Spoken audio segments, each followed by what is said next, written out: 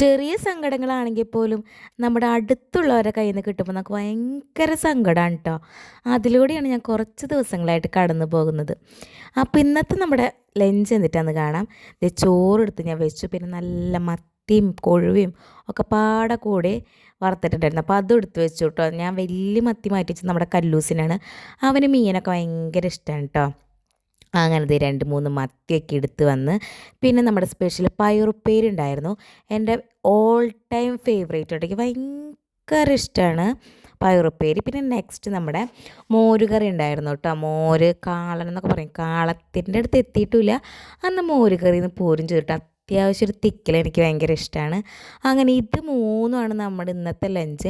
എനിക്ക് മീൻകറി പൊതുവേ ഇഷ്ടമല്ല കേട്ടോ. മീൻകറിയോട് എനിക്കിഷ്ടമല്ല.